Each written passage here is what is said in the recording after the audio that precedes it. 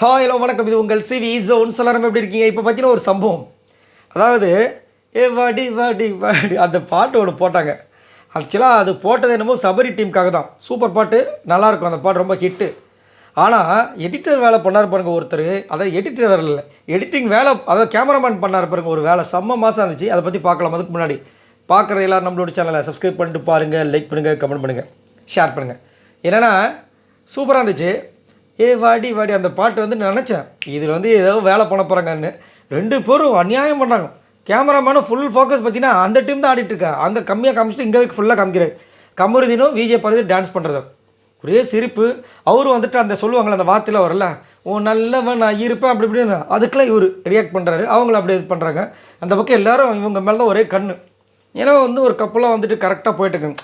ஆக்சுவலாக வந்து ஒரு ரீல் கப்பல் ஒன்று இருந்தது, வியானா, அதுக்கப்புறமா நம்ம எஃப்ஜே.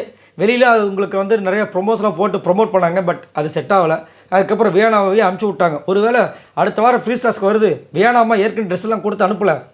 அப்போ செம கோவமாக இருக்காங்க. உள்ளே வந்து எஃப்ஜேவை கலாச்சிட்டாங்கன்னா எஃப்ஜேக்கு இப்போ கஷ்டமாயிடுமே, அப்புறம் எப்படி டாப் ஃபைவ்ல கொண்டு வரதுன்னு நினச்சி கூட பிளான் பண்ணிருக்கு. சும்மா ஒரு மைண்டில் தோணுது, அதை சொல்கிறேன் நான். மேபி எது வேணாலும் நடக்கலாம்ல.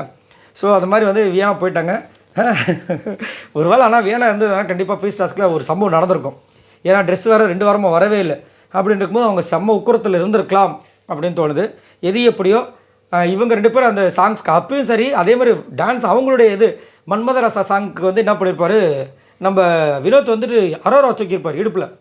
இவர் என்ன பண்ணிட்டு டக்குன்னு இவங்கள தூக்கிட்டார். விஜய் பார்வதி கமருதீன் தூக்கிட்டு அங்கே போய் உட்காந்து எக்ஸசைஸ் பண்ணிட்டு இருக்காரு. என்னையா இது, எதுக்கு எடுத்தாலும் தூக்கிடுறீங்களே. இந்த படத்தில் ரஜினி முருகனில் வந்துட்டு நம்ம இவர் ராஜ்கிரண் சார் வந்துட்டு சண்டை நடந்துச்சுன்னா அப்படி தூக்கிடுவார். சோலையம்மா அப்படி கத்துவார் சூரி. அப்புறமா எப்போ என்னையா தூக்குனீங்க, வேறக்கையா அப்படின்ற மாதிரிலாம் இருக்கும். அந்த மாதிரி தூக்கிட்டு அவர் பாட்டுக்கு எக்ஸசைஸ் பண்ணிகிட்டு இருக்காரு. செம்மையாக இருந்துச்சு, நல்லா இருந்துச்சு. பார்க்கலாம் இந்த காதல் எப்படி போகுதுன்ட்டு. ஏன்னா என்னது, காலையில் மலருது, நைட்டு அப்படியே கசங்கி போயிடுது, திரும்ப காலையில் கசங்கி போயிடுது, திரும்ப வந்து மலருது.